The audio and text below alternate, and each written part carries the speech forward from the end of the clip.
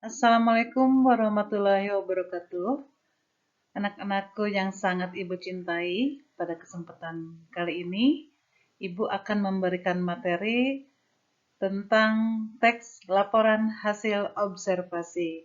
Namun sebelumnya, pastikan terlebih dahulu bahwa kalian siap dan akan semangat mengikuti pelajaran dari Ibu. Baik, anak-anak.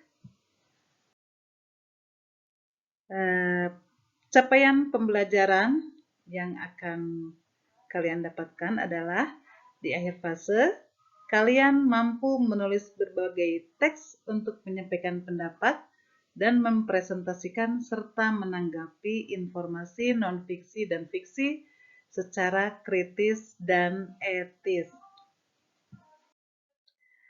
Sedangkan elemen yang akan kalian pelajari pada kesempatan kali ini adalah membaca dan memirsa, di mana nanti kalian akan mampu mengevaluasi informasi berupa gagasan, pikiran, pandangan, arahan, atau pesan dari teks deskripsi, laporan, narasi, rekon, eksplanasi, eksposisi, dan diskusi, dan dari teks visual dan audiovisual untuk menemukan makna yang tersurat dan tersirat. Kalian juga akan mampu menginterpretasi informasi untuk mengungkapkan gagasan dan perasaan simpati, peduli, empati, dan atau pendapat pro kontra dari teks visual dan audiovisual secara kreatif.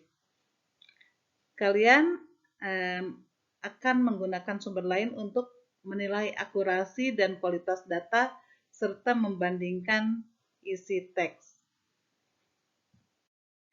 Baik, adapun tujuan pembelajarannya adalah kalian akan mampu memahami informasi pada teks laporan dan menilai akurasi serta kualitas data dalam laporan hasil observasi menggunakan informasi pada teks eksplanasi sebagai pembanding. Dan kalian akan mampu menganalisis informasi faktual pada teks eksplanasi yang mendukung hasil laporan observasi. Adapun yang akan kita pelajari yaitu mengobservasi kekayaan laut, pemaparan objek untuk memperluas pengetahuan, kritikan dan nasihat dalam balutan humor menghibur, menelusuri nilai-nilai dalam karya sastra, dan bersepakat melalui negosiasi. Dan tentunya yang akan kita bahas sekarang adalah bab 1, yaitu mengobservasi kekayaan laut Indonesia dalam laporan hasil observasi atau teks laporan hasil observasi. Baik, dalam laporan teks atau teks laporan hasil observasi, kita akan mempelajari pengertian, ciri-ciri, dan informasi dalam teks laporan hasil observasi, lalu interpretasi teks laporan hasil observasi, struktur dan kaidah kebahasaan teks laporan hasil observasi, serta penyusunan laporan teks hasil observasi.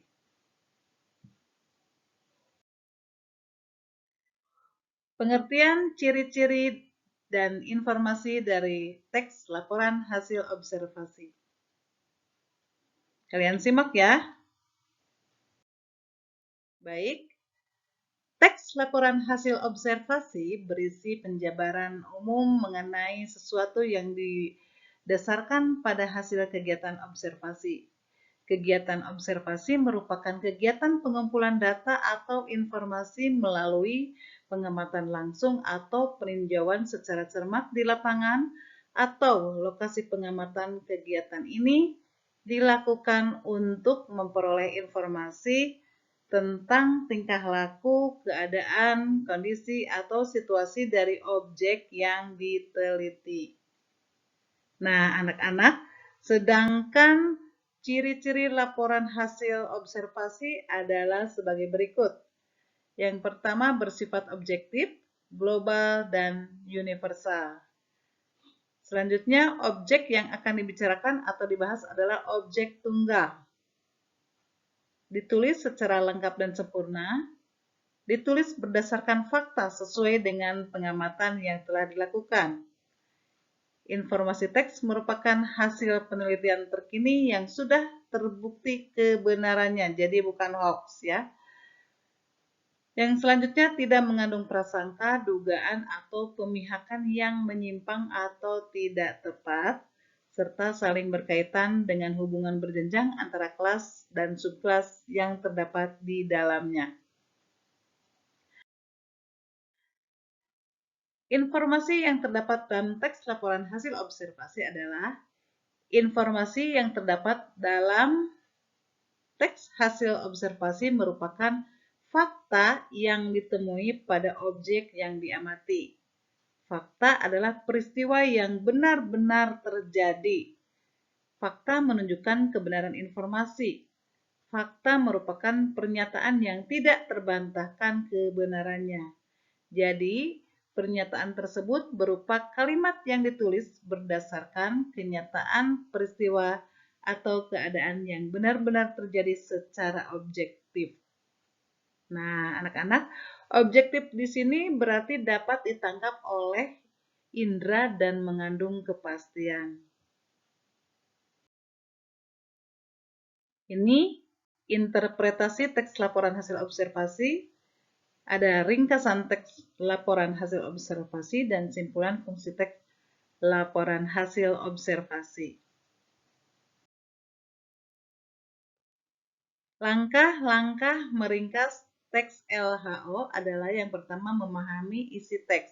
Tentu sebelum kita meringkas, kita harus memahami terlebih dahulu isi teks sehingga ketika kita meringkas, semua yang ada di dalam laporan hasil observasi tersebut dapat tersampaikan.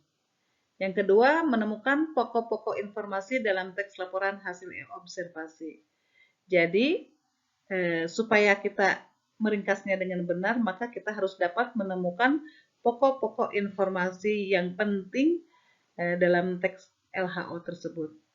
Dan yang terakhir, mengembangkan pokok-pokok tersebut ke dalam paragraf ya, sehingga menjadikan ringkasan yang menarik.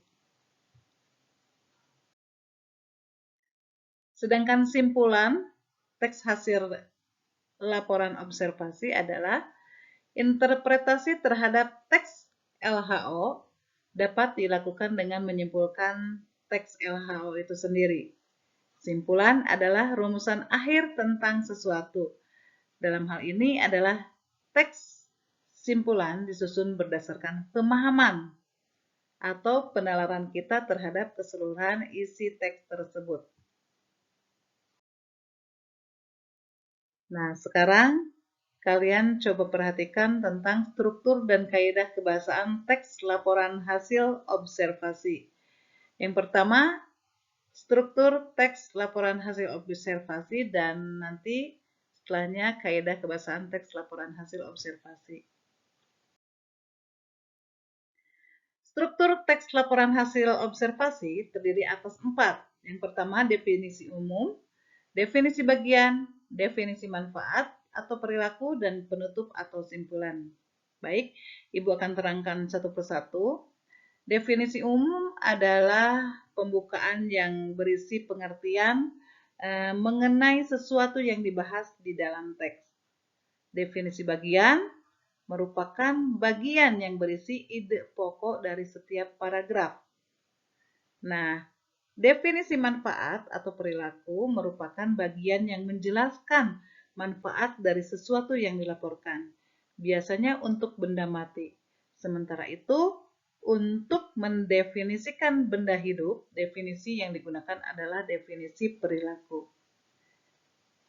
Penutup atau simpulan merupakan bagian rincian akhir teks LHO, dan penutup dapat berisi simpulan berupa tanggapan atau interpretasi penulis tentang objek yang dibahas. Penutup atau simpulan bersifat opsional, artinya boleh ada, boleh juga tidak, ya. Sedangkan kaidah kebahasaan teks LHO adalah yang pertama kata, frasa, verba, dan nomina. Yang kedua, kalimat, definisi, dan deskripsi. Dan yang terakhir, kalimat simpleks dan kalimat kompleks. Jadi dua-duanya ada ya, baik yang simpleks maupun yang kompleks. Nah, sedangkan penyusunan teks LHO adalah gagasan pokok dan gagasan penjelas dalam menyusun teks LHO dan menyusun teks LHO dengan memperhatikan isi dan kaidah kebahasaan. Sebuah tulisan terdiri atas gagasan pokok dan gagasan penjelas. Sebelum menyusun teks LHO, kalian diharuskan menentukan gagasan pokok dan gagasan penjelas teks LHO yang akan kalian susun. Kemudian mengembangkan teks tersebut dimulai dengan menuliskan gagasan-gagasan pokok terlebih dahulu, dan setiap gagasan pokok dikembangkan menjadi satu paragraf tentunya. Selanjutnya, langkah-langkah menyusun teks LHO. Yang pertama, menentukan topik masalah yang akan diamati atau diteliti.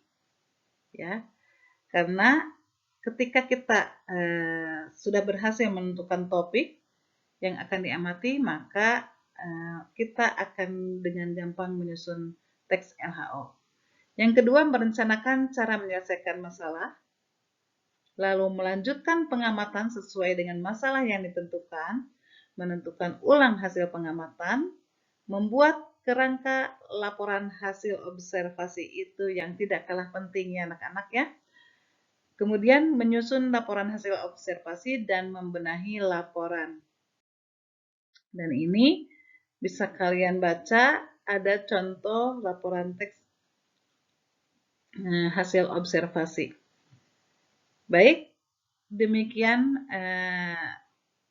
yang dapat Ibu sampaikan pada kesempatan kali ini. Mudah-mudahan kalian mengerti. Silakan kalian tulis komentar nanti di Google Classroom sehingga nanti kita dapat berdiskusi lebih lanjut. Sekian, wabillahi taufiq wal hidayah. Wassalamualaikum warahmatullahi wabarakatuh.